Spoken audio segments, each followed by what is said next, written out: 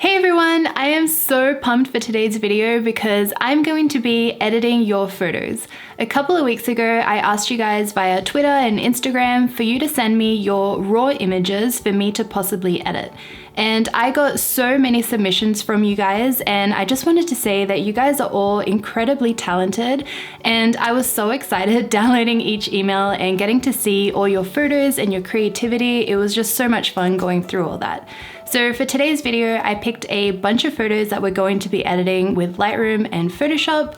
I have my laptop here, so we're gonna jump straight into it. The first photo we have is by Mario P. Portrait, and he is from Spain. And this is a beautiful portrait with a lot of movement in this beautiful poppy field, which I'm so jealous of because I've always wanted to shoot in a field of poppies. One of the first things that I like to do with a landscape image is play around with the cropping a little bit.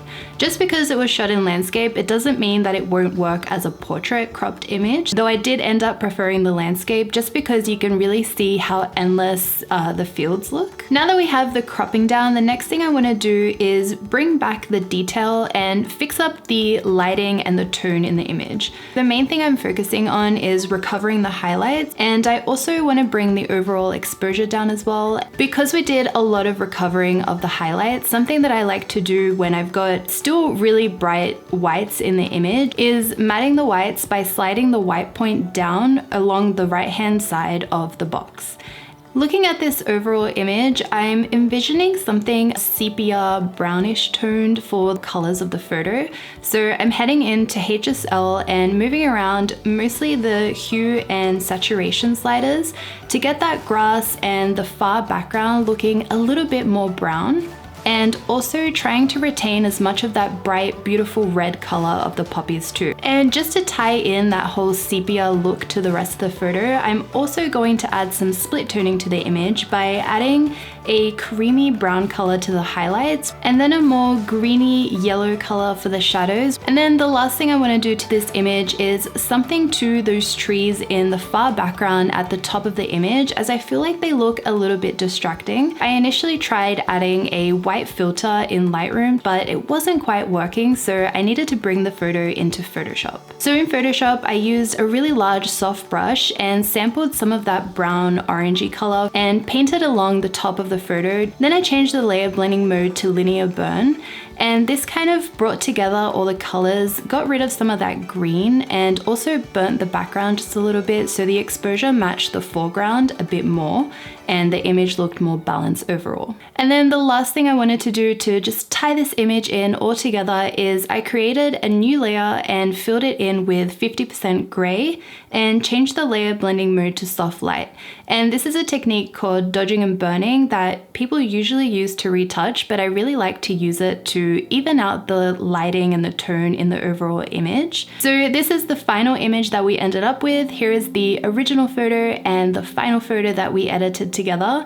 This one was so much fun to edit as it evolved so many different elements. And again, thank you Mario for sharing your photo. This next photo was taken by Jeroen. This is such a stunning landscape photo, and when I first look at it, I can tell that it's very crisp and it's very clean. So with my editing, I don't want to go too extreme with colors and things like that. I do want to keep it very clean. So I'm going to start by adjusting the tone sliders in Lightroom. I'm going to bring the highlights all the way down to the left to recover that top left-hand corner of the image, which was a little bit too bright. Because this image has so many different sections of light and tone and color and things like that, I'm really going to be using our gradient tool quite heavily to be able to edit this. So I'm going to start with a gradient going over the top half of the image and bring down the highlights and bump up the contrast just a little bit more to make those mountains really stand out and recover as much detail as possible. The mountain to the right hand side is looking a little bit too dark, so we're going to use the adjustment brush and just brush over that area and bring up the exposure. Because I don't want the adjustment brush to affect the sky or any other area, I'm going to use a luminance range mask to make sure that it's only going to affect the mountain. The next part of this image that I absolutely love, and I feel like brings in that little pop of life are the flowers in the foreground. With the gradient tool, I'm just going to create a gradient over those flowers and accentuate that out of focusness even more. So I'm going to pull the clarity all the way down, sharpness all the way down as well, and just make them a little bit more blurry and a little bit more saturated in the photo too. The last few things that we're going to do in this image is head over to Luminance in HSL and brighten up a few individual elements of this photo. And I'm also going to add a little bit of split toning to the image, just a very, very subtle amount. With the highlights, I'm going for a yellow tone just to embody that kind of sunset feel that we have going on. And in the shadows, I'm adding a little bit of an aqua bluish color as well. And again, the saturation is very, very low, so it's only super subtle in the image, but it kind of balances out the golden tone from the highlights. And this is the final image that we ended up with. The next image we have is so cute. I love it so much, and it is by Tomo and Hajime. And I'm so sorry if I didn't pronounce that right. You even told me how to pronounce it in the email, but I'm not 100% sure that I got that right, so I'm sorry. As I mentioned before, one of the first things that I like to do to any photo is to crop it. So in this photo, I just wanted to bring it in a little bit tighter around the cat. So I'm going to start by balancing out the tones of the photo. I'm going to bring down the highlights to save a little bit of that sky and bring up the shadows to make the cat stand out more as well, as it was looking a little bit underexposed. The next thing I want to do is add a S-curve with the tone curve in Lightroom. Because there aren't a lot of colors going on in the original image, to add a bit of color to this photo, I'm going to be using split toning. We went with a nice cyan for the highlights, as I feel like it really accentuated that almost winter or cold look that this photo has by being taken in the shade. And then I used an orange for the shadows to warm up the color of the cat's coat. One of the last things that I wanted to do before we move into Photoshop with this image is brighten up the cat's eyes and make them more saturated as well. So we have this cat in this beautiful natural location, but in the bottom left-hand corner of the photo, you can see the cat's leash kind of hanging off the rock. And you can also see a person ducking and hiding almost behind the rock while they're holding the cat's leash as well. So with Photoshop, I really want to remove that. So I'm going to be using the Content Aware Fill tool in Photoshop, as it automatically does a lot of the sampling and removing of things for you, which is really handy and saves a lot of time as well. In some areas where it doesn't work so perfectly, I'll just go in with the stamp tool in Photoshop and just blend out as much of the rock as possible until it looks more natural. This is the final image that we ended up with. I'm really happy again with how this turned out. The cat looks so beautiful there on the rock with its beautiful eyes, and yeah, I'm really happy with how that all looks. Okay, so I had to build a makeshift stand for my laptop because having it on my lap was making me feel like I was back in Thailand because of how hot it was. Okay, so now we're back, and our next portrait was taken by Nicolina, and I really wanted to edit this one because I loved the colors of the autumn in the background. The first thing I'm doing is evening out the tone and brightening up the photo and the shadows in the photo to make the background stand out a little bit more. So I'm first using the tone sliders in Lightroom and then also a tone curve too. And for this photo, I really wanted to use the tone curves to color the image too. So I usually like to start with the blue channel, and I add a little bit of warmth by taking out some of the blues in the photo. And then with the green channel, I take out some of the greens to add a little bit more reds into the photo. And I feel like this really complements the autumn style of this image. Yeah, so I really wanted to do that. And then with our HSL in Luminance, I again want to brighten up the background so much more because it's still looking a little bit dull. So I'm bringing up the luminance of the orange, the red, and the yellows and the greens. Moving into Photoshop now, I'm going to create some light leaks in this photo. So the first lens flare I'm going to create is by using a creamy brownie color, and I'm using the radial filter.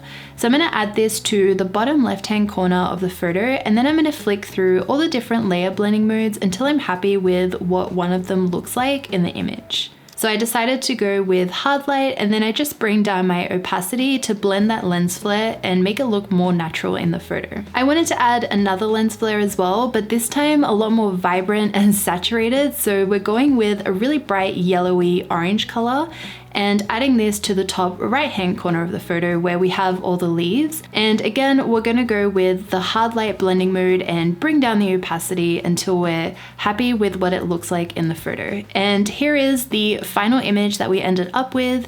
We have the before and the after, and I really hope you like what I did with it. This next portrait is taken by Emil, and I thought this would be really fun to edit because we've got such a strong contrast. First thing I want to do is balance out the highlights and the shadows of this photo.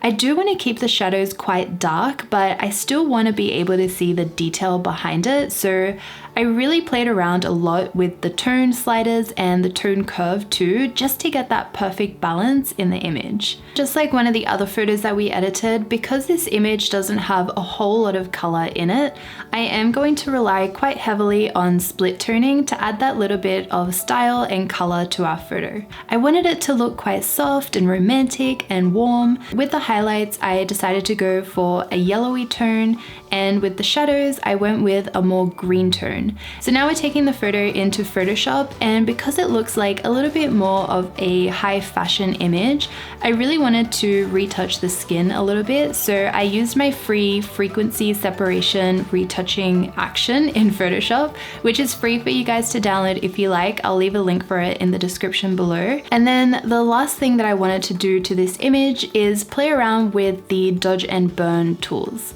So I added a dodge and burn layer, which is a non-destructive layer, and wanted to bring in a little bit more depth into her skin by burning all the areas that were still quite bright. So around the nose, I burnt in the eyeshadow a little bit more just so it was more prominent in the image, her eyebrows, a little bit of her forehead, and quite a lot of her cheeks as well. Here is the before and after of the final image that we ended up with. Thank you so much for sharing this photo. I think it's so beautiful and I was really excited to edit it, so I hope you like it.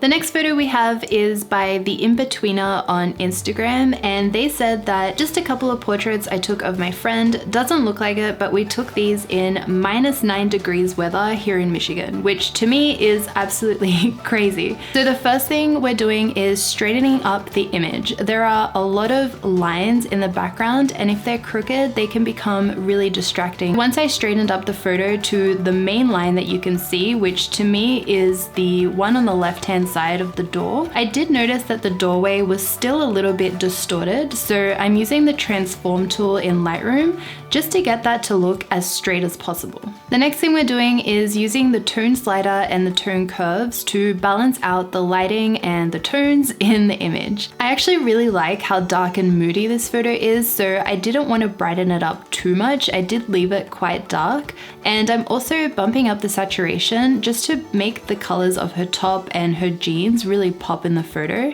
as well as that orange light behind her too. So now that we have the portrait looking good, I've noticed that the brick wall to the left-hand side is a little bit distracting. So I decided to use the gradient tool to just bring down the exposure and the highlights and the saturation of that wall to darken it up a little bit so it kind of blends into the background a little bit more. And the last thing I want to do to this photo is open it up in Photoshop and get rid of that sign that's right behind her. So the sign is in a little bit of a tricky position, but it's not impossible to get rid of it. So I am going to try and see what we can do, because I feel like the photo will look a lot stronger and more striking if those words weren't there right behind her face. So what I'm going to do is select an area of the clean trees to the right of the sign and bring that layer over to the sign with the opacity down and kind of transform it into place.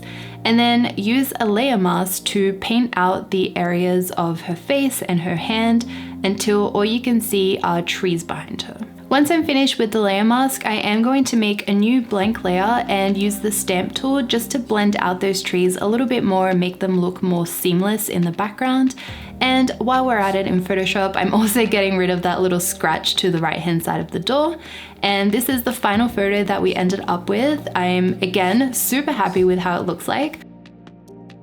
This next photo is taken by Jolanda, and her Instagram is up here on the screen, as well as everyone else whose photos I edited today. So if you can, it would be really awesome if you guys would go and check out these guys' work, because as I said, I loved all the photos that I'm editing today. So she said that she's an aspiring portrait and lifestyle photographer from Germany, and these shots were taken on her road trip in New Zealand. Looking at this photo, the first thing I really want to do is crop it. So just like all the other photos, I'm sure you guys are seeing a pattern, but the other next thing that I like to do to all my editing is edit the tones before I move on to the colors. So we're using the tone sliders, bringing the highlights all the way down to save as much of that lake and that sky as possible. And I'm also adding a S-curve to the photo to tie it all in together with the matte blacks and a matted white look as well. So when I look at this image, I really love the cold colors that you can see in the mountains and the lake. So I wanted to use the blue channel tone curve to accentuate that a little bit more. So now moving the photo over into Photoshop, I wanted to do more localized editing and more work with the tone curve as well. So with this photo, we added a gradient to the top left-hand corner to bring a little bit more color into the sky and kind of make it look like there was a sun somewhere far off in the distance. I'm also using a dodge and burn layer to deepen the shadows of the mountains and the girl and the rock, and brighten up the reflective area of the lake and brighten up certain sections of the clouds. And the last thing that I wanted to do to this photo is add what almost looked like mist in the background, kind of resting over the water. So I used the gradient tool in Photoshop with a white color, then used a layer mask to paint out the girl and the rock, then brought down the opacity to blend it into the image. I didn't quite like what the white looked like, so I used the hue saturation tool to change the color to be a little bit more creamy, and I felt like it added just an extra layer to the photo, which I really liked. So here is the final before and after, the final photo that we edited. This one was so much fun because there were so many different little things that we could do to it. And that brings us to the end of our video. I really hope you guys enjoyed watching me edit your photos. I had so much fun, and again, thank you so much to everyone who took the time to send me their raw photos. I really loved looking through all the images that you guys sent me. If you want me to do another one of these videos, please let me know in the comments and I can open up the submissions again. I'll announce that on my Twitter and on my Instagram, which is both just Julia Trotti, if you guys want to follow to make sure you know when that's open. But yeah, let me know again what you thought of everything in the comments, and thank you so much for watching. I make new videos every single Wednesday, so I will see you guys all next time. Bye!